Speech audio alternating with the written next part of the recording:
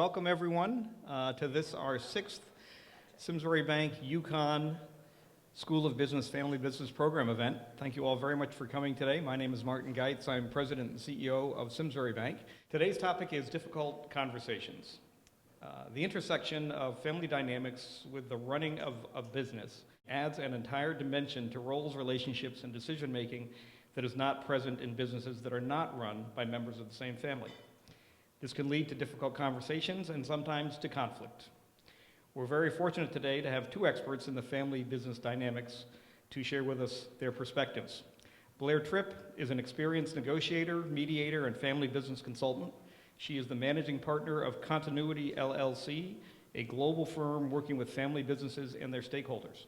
Blair is also the co-author of a book called Deconstructing Conflict, a book that shines a very bright light on the complexity of family business member relationships and managing conflict that may arise from them. Blair earned her MBA from Northwestern's Kellogg School and her undergraduate degree from Connecticut College. Dr. David Sauter is the interim dean of Yukon School of Business. He's been a member of Yukon's faculty for 12 years.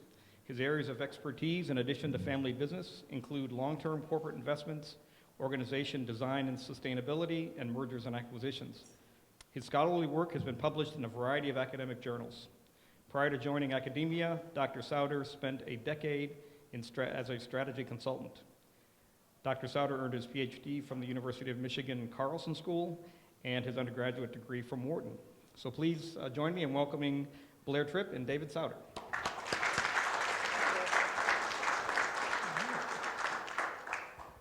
Thank you, Martin, for that nice introduction. Nice to see some familiar faces and also some new faces out there today. It's a pleasure to be back here and glad you could join us. So the book is great. You're going to enjoy it, and we're going to use some time over the next 45 minutes to let you get a little preview of the book and understand what was going on. But I wanted to start, writing a book is a big task. What made you want to do it, and what were you trying to say that's different than what's out there already? Well, I also want to say thank you for the introduction, and it's really a pleasure to be here, so thank you for coming this afternoon. My partner, Doug Baumel, who was co-author with me, we had been working in the family business field for a while, and we found that there was a lot of literature out there that was really focusing on best practices for succession, for governance, for bringing your child into the business. And we came to believe that really all of these best practices were really good ideas that worked for some families. Some successful families employed them, some unsuccessful families employed them, and basic family business research is somewhat skewed towards those who are successful. But we sort of felt that the best practice for your family business hasn't been written yet, and that you really had to start with a clean sheet of paper and not make assumptions on, I read this in the book, I talk about, parenting books. If any of you have ever had, read parenting books, they don't work because your situation is different. And so we came up with really a methodology for how do you unpack what is going on in a family enterprise? How do you understand what are all the challenges in this particular family with this constellation of people and issues and challenges and whatnot? And how do you make sure that you understand the complexity that's inherent in the family enterprise and not miss anything, and come up with a way to really understand what is going on? And so with Doug, who's got an engineering background, I have a psychology background, we both have MBAs, but we looked at things very differently. And I brought a lot from dispute resolution. He brought a lot from systems thinking and engineering. And we came up with this equation for how do you understand what is going on at all times in a company, and how would you unpack and be able to understand how you would approach what was going on. And so we had this great, intellectual property that we made people sign NDAs when we walked them through it, and we thought this actually really works, and we should put it out there. And so we thought, well, let's write a book, and 5 minutes later it was done. I don't believe that. So not best practices, right? And that's actually a theme we talk about. So as Martin said, I'm a strategy professor by trade, and we actually talk about it. If you're following a best practice, you're not really customizing to the situation. It's not really strategy, and that sounds like a big part of your motivation behind it. But I think one of the things you did notice as a common denominator is that conflict is present in almost every family business at some point. Yeah. But you have a little bit of a unique approach in that you're not saying you're not trying to eliminate conflict, you're talking about how to manage it. So can you take us, preview it a little bit for the people who read the book later. What does it mean to manage conflict, not eliminate it? Well, I think if you make a distinction between dispute resolution and conflict management, you'll get a sense of where I'm going with the concept of managing it. Conflict is really built into the structure of family enterprise, and that's because stakeholders have very interdependent roles and responsibilities. They have so much that's going on and complicated, and the relationships make it even more difficult to understand what is happening. That you can't just resolve one dispute and move on. Because if you think of it sort of as a whack-a-mole, you resolve a dispute, there's going to be another one that's going to pop up, and you'll resolve that, and there'll be another one that's going to pop up. If you think of family enterprise more like a chessboard, where there are lots of moving parts, and you really have to understand the entire board, and you move the queen across the board, that could be a good move, but only within the context of everything else that's going on. So if you look at things from that standpoint, you understand that there's no way to resolve things and make it go away. You have to just recognize that there are constantly going to be challenges and sharing of roles and disputes and uncomfortable situations that come up just because families are complicated, businesses are complicated, and you put them together and it's even more complicated. So that's our thinking. One of the nice things about the book, and you can hear it in that answer, is that there's a lot of metaphors that are really appropriate for bringing out the ideas, the whack-a-mole and the chess and things like that. It's the same thing reading the book. You see, you're like, oh, that's what they mean by that. Okay, that makes sense. So we talked about, we invited people here on the premise that part of managing conflicts is dealing with difficult conversations. What's your experience with that, and how does that play into your framework? Well, I think a difficult conversation is really anything that makes you feel uncomfortable or awkward, anything that really makes you worry that something important is going to happen that's going to alter your reality or the situation that you are hoping for. And so you're looking at how do I approach a conversation that could have tremendous impact or could have spillover effects or ramifications that maybe I hadn't been counting on. And if you think of the framework that most conversations, and I borrow this from the book Difficult Conversations by Doug Stone and Sheila Heen. If you haven't read that, that's a really great book. But the framework is essentially saying that each conversation is divided into 3 separate conversations. There's the what happened and what are we talking about. There's the emotional component, how am I feeling about this? And then there's the identity component, which is about what is that saying about me? So if I ask for a raise, there's a discussion about how much I should get. There's also how I feel about it. Do I feel worthy? Am I feeling like I deserve it? And how, what's going to happen if I don't get it? And then there's the identity piece that makes me worry, if I don't get it, does that mean I'm not worthy or I'm not, lovable or, my father just never really liked me as much as he liked my brother. So there are all these things that are packed into one conversation, which makes it very difficult to navigate. Again, we're trying to get away from the one-size-fits-all advice, but any general, examples that you've seen where it works better than others for managing a difficult conversation? Like any negotiation that you would ever enter into, preparation is key. The more you can understand for yourself, what are your goals? What are you trying to achieve from this? What are your interests? And to keep yourself focused on your interest at the end of the day. Principles are great, but they don't help you in the end. I mean, I shouldn't say they don't help you in the end. Principles are good. We need to be principled. However, you don't go to court on principle. That's just, you're going to fund a lot of attorneys, summer homes.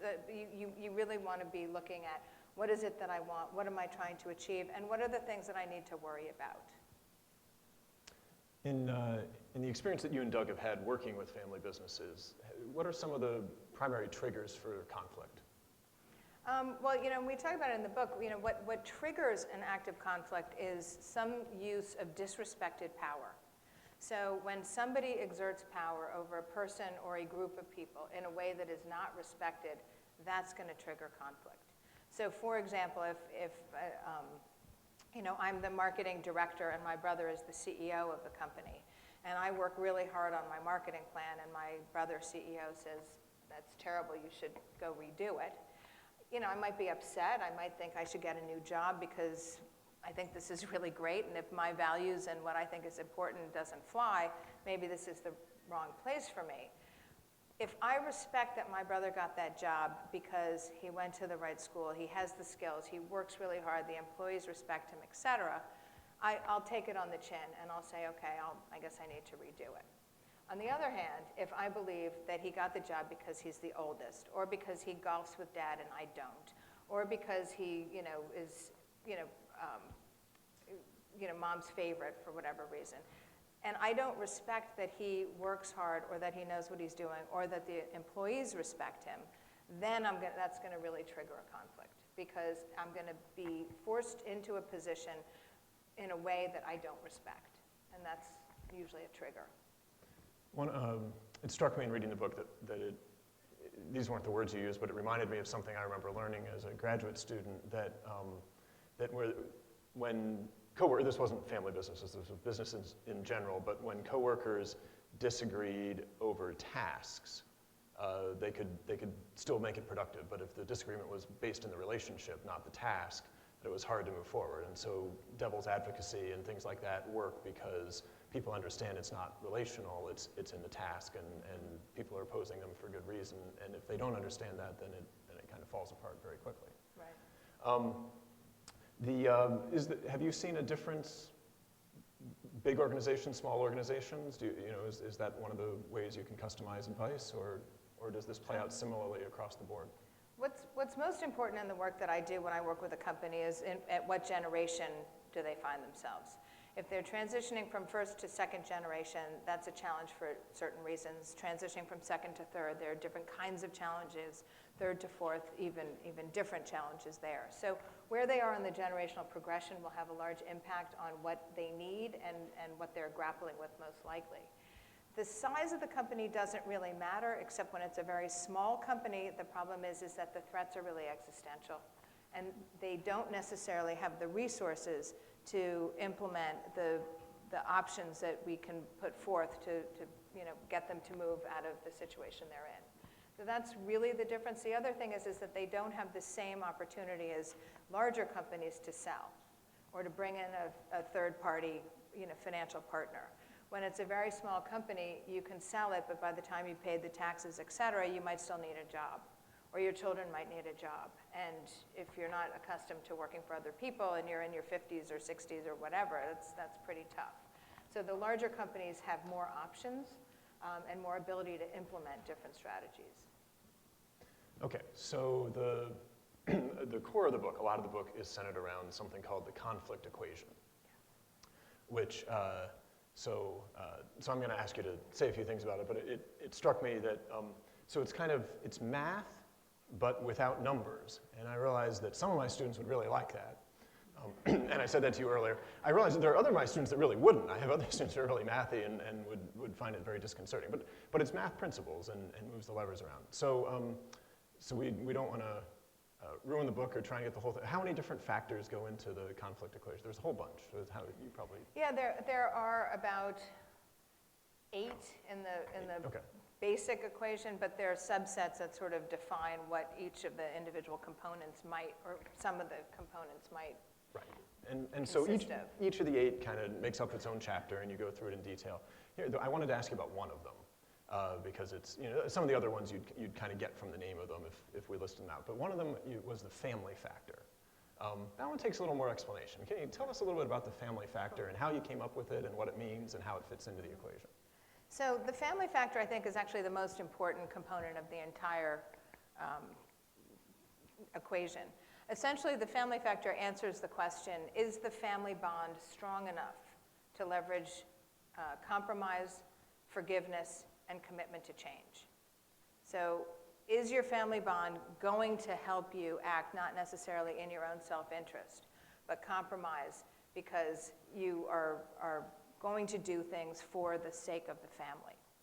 And there are components, sort of subcomponents to the family factor, and we break it down and we look at shared history, vision for being family in the future, and trust. So shared history is, do you have a meaningful shared history? Not just, your siblings, so of course you have a shared history, but sometimes you have siblings that are 15 years apart in age, and they didn't really grow up together. So maybe they don't have much of a shared history. They might have some shared narrative, but they don't have a meaningful shared history, so that makes it a little bit harder. Do they have a shared vision for being family in the future? So do you think that you're going to, every 4th of July, you're still going to get together at the lake, or you're going to spend Thanksgiving together? This is a vision for being family going forward, regardless of what happens with the business. So if you have that, you really have something to gain by working things out. Similarly, if you have a shared history, you have something to lose if you don't figure things out. And then there's trust, which is really very important. And I look at trust differently from the way many of you might look at trust. So people think of trust as, I've got your back. I like you, we want the same things, I'm going to make sure that, you can trust me, we're going to do the same thing, which is great when things are going good, but as soon as I change what I think, that doesn't really hold up. You also might think about trust as feeling safe when you're being vulnerable. I can trust that I can make myself vulnerable to you because you're not going to take advantage of me. And that also works for a while, but not always. So when I think about trust, I'm really thinking about predictability. Do I know you well enough to predict how you will behave in any given situation, so that I know that I can act not in my own self-interest because I know what you're going to do. Now, I might be able to know that you're going to do exactly the opposite of what I want every single time. You know that I want B. I know you're going to choose A. But if I know that, then I can trust you. I can trust what you're going to do. And so having a strong family factor, says that, I have something to lose if I don't compromise and commit to some change. I have something to gain if I do. And I can trust how you're going to behave, and as a result, we can make decisions together. It's one of the interesting things in the book is this idea of predictability as trust. As I went through it, there's this list of things, and they're kind of about trust. And when I read it quickly at first, and I'm like, it's kind of right, it doesn't sound right. And then I went and looked back. It's a list of things that are not trust in your definition, but they would sound like things that people would often describe as trust and say about trust. And so I went back and saw that, and then you really move into this idea of it as predictability. And that helps you make decisions and plan even, and that's a very different notion of thinking about trust. Where did that come from? Like, was there an example in working with clients that helped kind of bring out that distinction, that particular definition? Nothing, no one specific piece. I mean, having worked with many different clients and trying to get through what works, what doesn't work, what are the things that influence any given outcome, thinking, not statistically, but trying to group different clients and situations into categories from which we could extrapolate what might or might not happen. We hit upon that, and it seemed to stick. Another distinction that you draw in the book is that it's a little different when you have, say, spouses and in-laws involved versus blood relative family owners. Can you talk a little bit about the paradigm for success when it's spouses in a family business or in-laws involved in a family business, and some of the things that make it distinct from the more the generational or siblings or things like that? Sure. Well, I start out by saying in-laws can be the most unifying or the most polarizing people in families. And a lot of it will have to do with how the family brings them in or keeps them out. So, a lot of people joke the outlaws. Well, that tells you an awful lot about how the family feels about the married-ins. Whether or not you bring them in or not, again, there's no right or wrong answer, but there are implications to doing it or not doing it. And so when in-laws are kept out of the family business, I think about the implications for the children. So all of a sudden, the children can have all sorts of financial information. The children can have jobs and, or board roles or whatnot in the family business that perhaps their father can't have because he's not really family. And I think that has a lot of implications. Husband and wife teams, when it's just a husband and wife team in a business, I don't really think of that as a family business. And apologies to those of you who are here who are in that situation. It's great business. But spouses can choose to no longer be family. And one of the things with families is that the relationships are uniquely permanent. So I can't say, I'm not going to be your sister anymore. I can't do that. I can say I'm not going to speak to you, and that's cutoffs, and that's a whole nother issue, and we can talk about that. But family relationships are permanent, and a husband-wife team is not necessarily permanent. Now, once children come in, the next generation comes in, then it becomes a family business. So that's sort of my take on it.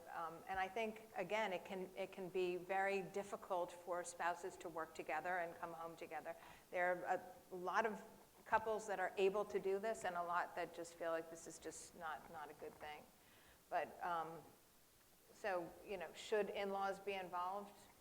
Again, it depends on the purpose of what you're doing, and they might be involved in certain areas and not others. I always think they need their voices heard. When I work with families, I'm not always allowed, but I try very hard to speak to the in-laws, because even if they don't know anything about the business, they're experts in the family, and they have a loud voice, and whatever gets organized around the board table or at the business can really become unraveled at home. And so not bringing them into really important decisions, I would say, is a mistake, but no best practice. I'm going to take you up on your invitation to go back and talk about the siblings who don't talk, because I know some families where that's the case, and it seems almost like a divorce or something like that. Yes, they're technically still related, but they don't interact anymore. Right. But you kind of draw a line there. You say, well, but you're still related, and that matters. So kind of take us through a little more of that. Well, if you think about the equation, and for those of you who haven't seen the book, the family factor is a multiplier in the denominator. So it can't really be zero, because then it's just not possible, because then the denominator would be zero, and that doesn't work. So there's always at least some relationship there, and you can't get away from that. When the family factor is very, very low, there's less ability to compromise and make change and whatnot. But so if I decide that I'm cutting off my mother because she just doesn't understand and she's really, ruining my life, I will tell you that I can say I won't speak to her. Or you asked about siblings, same thing. Same thing. But I'm going to be keenly aware every Thanksgiving or birthday or any of these things that I'm not inviting her, or I'm not inviting her to my child's wedding or to the shower or any of these things. And so you're never really released from that relationship. And the real downside I see is that, what does that tell my children? What that tells my children is, when you don't get along with somebody, it's okay to just cut them out.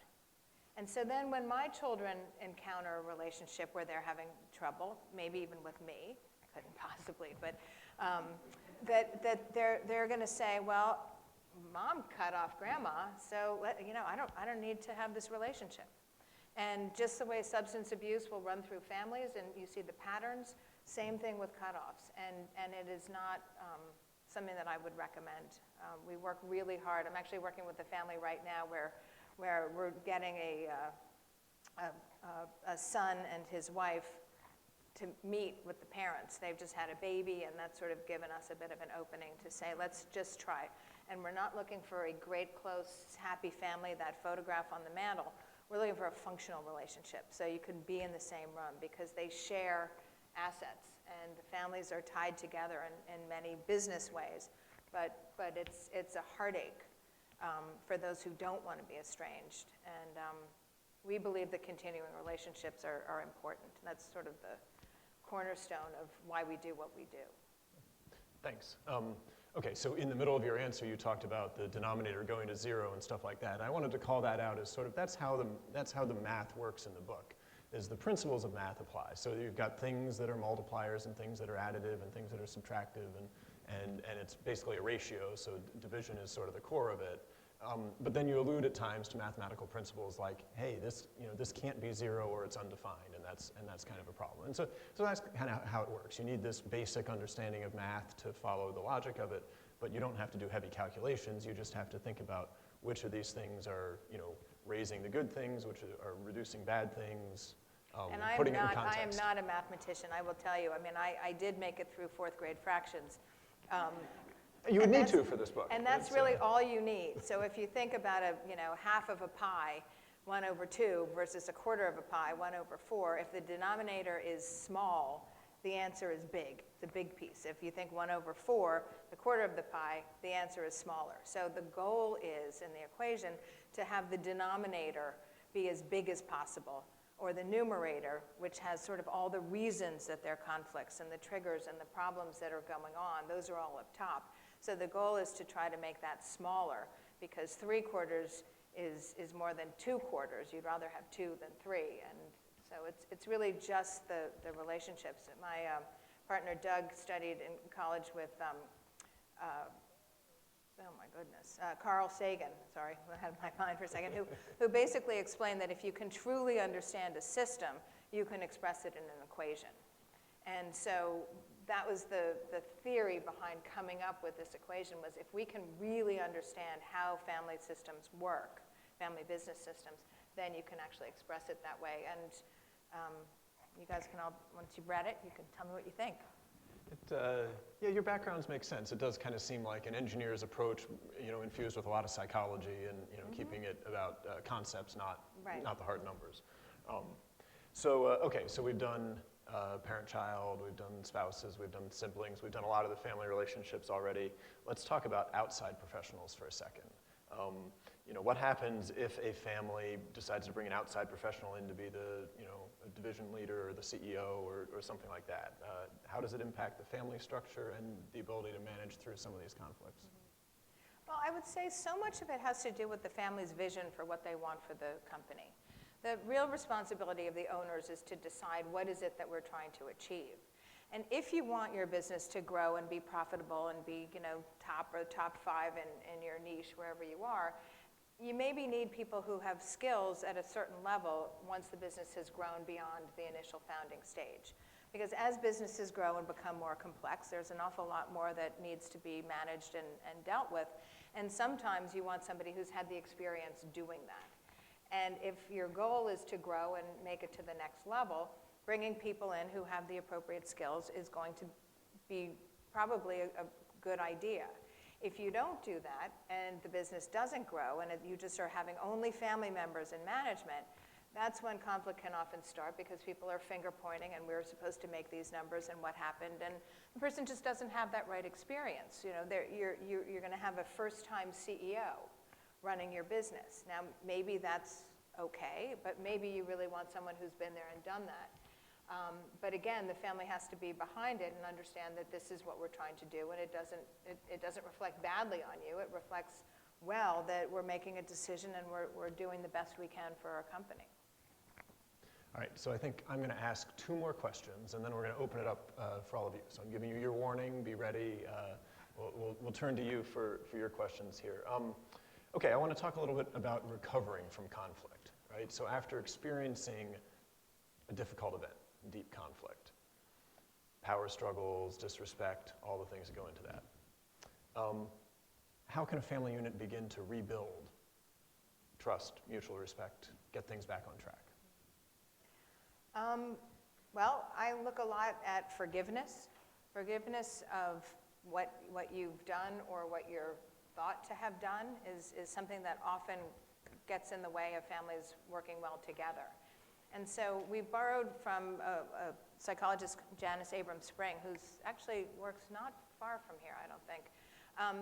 She was a psychologist who her seminal book that we really liked was called How Can I Forgive You? And it was based on working with couples who had experienced, married couples who had experienced an infidelity but didn't want to break up. And yet there was this betrayal. And how can I get beyond a betrayal? Now, in family business, a lot that goes on is a sense of betrayal. And so it seemed like a very parallel way of thinking about what goes on. And so the framework that we've adapted basically says there are 4 kinds of forgiveness. You can choose not to forgive, and I think that's something that people often don't really think about, that holding that grudge or continuing to be angry over time is a choice.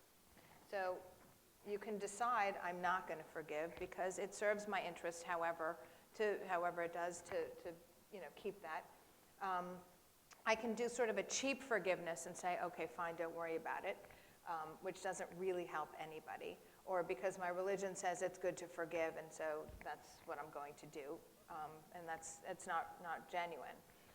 You can also go through a process of acceptance, and there's also a process of genuine forgiveness. So, and I can talk more about those if people are interested, but essentially what you need to do is say, okay, how can I step back and recognize my contribution to the impasse? What was my role in this altercation? What was my role in letting us get to where we've gotten to? And I think that's sort of the start. And then to set up an opportunity to talk about it and make genuine apologies and move forward. Last question from me.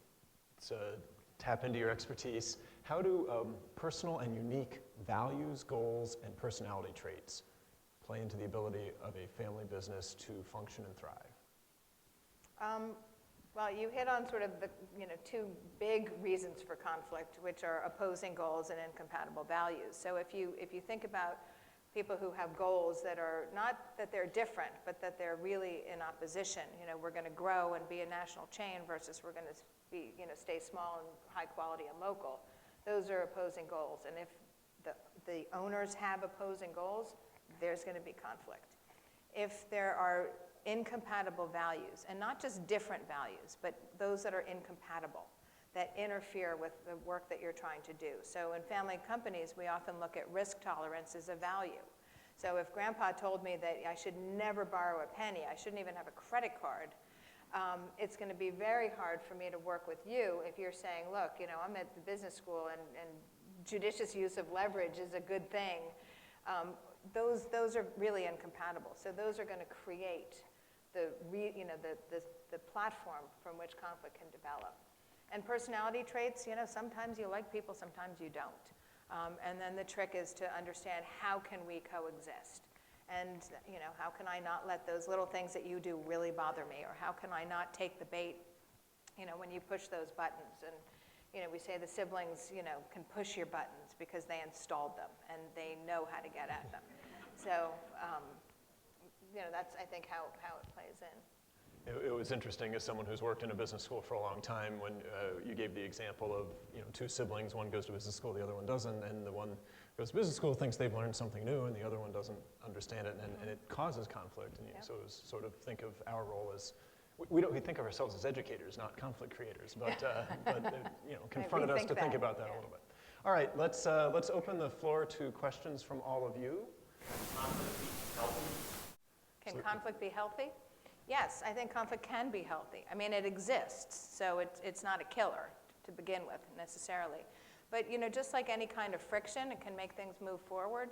So if we're able to have a discussion about something, the fact that we think different things, we want different things so that we're in conflict on what we want to do, you can generate a lot of better ideas because of the conflict. So lack of communication seems to be really prevalent in most businesses. But it seems to me in small businesses where it's a family-owned business, it's even worse because of the personality conflicts that are taking place at the same time. Is that something that you found in your research? It's not. The communication is clearly critical. You have to be able to communicate and get across your ideas and what you're trying to achieve. I don't see fixing communication as the panacea because so often the problem is not the communication. The communication is really a symptom of a greater problem. So if I talk to you in a very harsh way and say, whatever I'm going to say to you, I could learn to use a different tone and to be nicer and to ask you how your weekend was or understand your communication style so I can approach you in the correct way. But if the problem isn't really that I speak harshly in my tone, my problem is that I have no respect for how you're doing your job or what your ideas are, et cetera, the fact that we can I can talk to you in a better way isn't really going to fix the underlying problem. So I think communication, we do DISC assessments for a lot of families where we try to understand what is their communication style. And so do I talk to somebody in a way where I say, how was your weekend, and tell me about it, or do I say, I just need 2 minutes of your time, we need to do 1, 2, and 3. I can learn certain things which can help. But if the underlying values and goals are incompatible or in opposition, the communication isn't going to be the cure.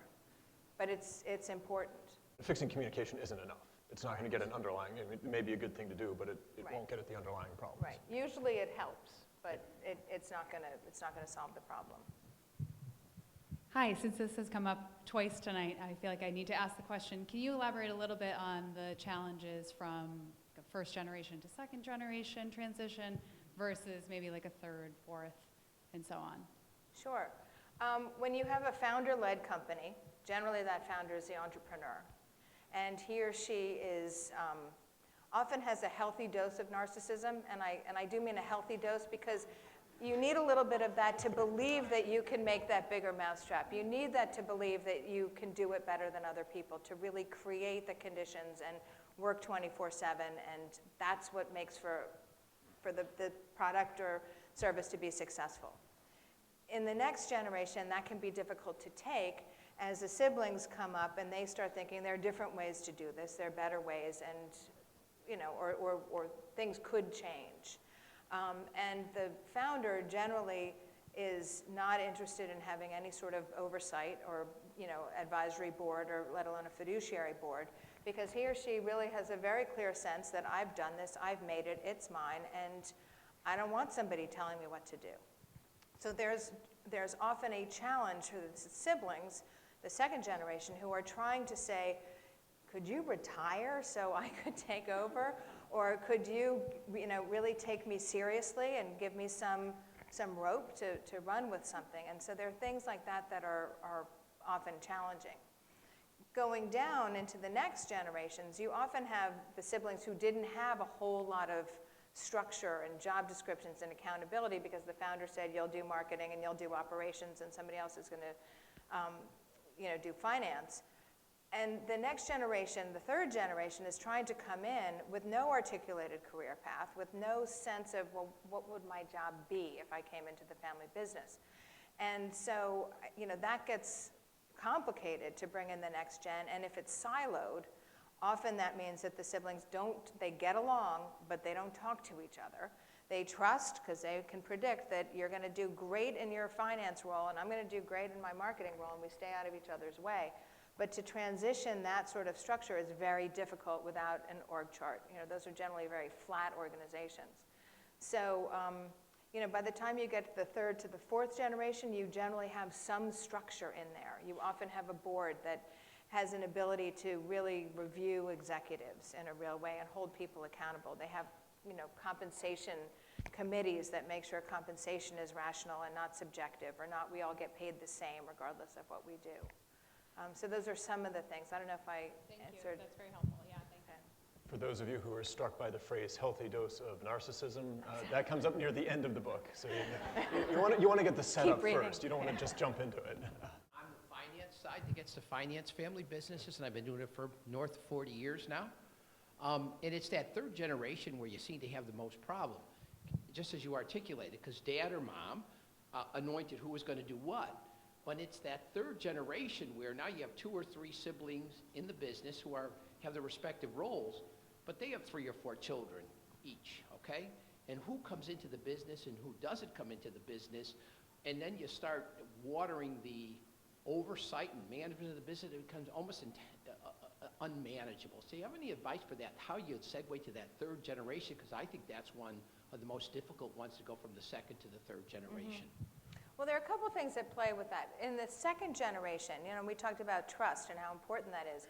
The siblings typically grow up in the same house. They have the same parents, and they build the same sort of values generally, or not that they necessarily keep them. but they really know each other well, whereas the cousins live in separate houses, and one of their parents is not from that family, so they bring all sorts of different ideas and values and ways of doing things, so that there's differences, and there isn't as much trust. Not in a bad way, but just they don't know each other as well. So there's sort of a condition for conflict and difficulty in decision-making built in there. In that third generation, if you don't have the structure, so that you don't have any hierarchy, you don't have job descriptions, you don't have accountability, it's unclear who can do the job. It also, if it's a smaller company where you can't just absorb everybody, is it just the ones who are from the oldest siblings branch or the oldest kids who just got there first and they get the jobs? And then there are others who are actually perhaps better qualified, but there's no space. So I think to the extent that the family members can get together, and this speaks to the communication, and it's not just the communication, but just having a forum for communication, to talk about what is it that we want for this company, and how are we going to deal with family employment. And let's come up with a policy for family employment. And that way it becomes clearer as to whom that job should go to, and how to figure some of those things out. I mean, there's no right answer that's going to work every time, but I think talking about what is our vision, again, vision is incredibly important. If our vision is to grow and, maybe we don't have any family members who are the right people, who have the right skills for this. Maybe we have 10 of them and we're going to have to choose. So what is a way that we can choose so that it's objective, and it's not that I've just never really liked you as much as I like you. It's just that the skills are there, or there's a process in place to make those choices. Sometimes people look at conflict like it's surgery. They see the pain of surgery, but they don't see the solution that surgery brings forth. How do we get people to look at conflict and dealing with issues among siblings and partners for the solution per viewpoint versus, I don't want to deal with this? So how do you do it as sort of a positive step rather than ease the pain? I think when families are proactive, that's what they're looking for. Nobody ever calls me to say everything's great. Just thought I'd let you know. They call because there's a pain point. There's something that's not working, that's problematic in a variety of different ways. So I think by letting them know and think into the future about what could we achieve. What is it that we want this business or this family enterprise to be in the next 10 years, 20 years, 50 years? Then you think about what could you do now, and why go through the difficulty that change brings to achieve this. But typically people either call because they're afraid, because they saw what happened to their friend who was in a similar situation and it didn't end well, so they want sort of some inoculation from that. Or they're really in pain and they're just really looking for help. So it would be great if everybody said, let's be proactive. I'd be out of a job probably after a while, but that's right. It'd be preventative medicine, right? That's right, with the family. That's interesting. I look at my client, so to speak, as the entire family business system. So my job is to have every stakeholder, and I count the business as a stakeholder too, because it's important, and that's why our consultants all have MBAs, because we have to understand business and make sure we understand what will allow the business to be sustainable. But we look at all of the stakeholders, and so even if the business is paying the bill or one stakeholder is paying the bill, everybody understands that we are there for everybody. And we cannot, for us to come up with a solution that works really well for 3 people and 2 others are disenfranchised, that's not a successful engagement. So we have to make sure that everybody has a voice and everybody has an ability to think through and come up with different ideas that would really meet their needs. Thank you, Blair and David, for a fascinating conversation. I think not only family business owners who are in the audience, but also those of us who are trying to be really good and better partners to family businesses have learned a lot today. So I really appreciate your conversation. Please join with some applause.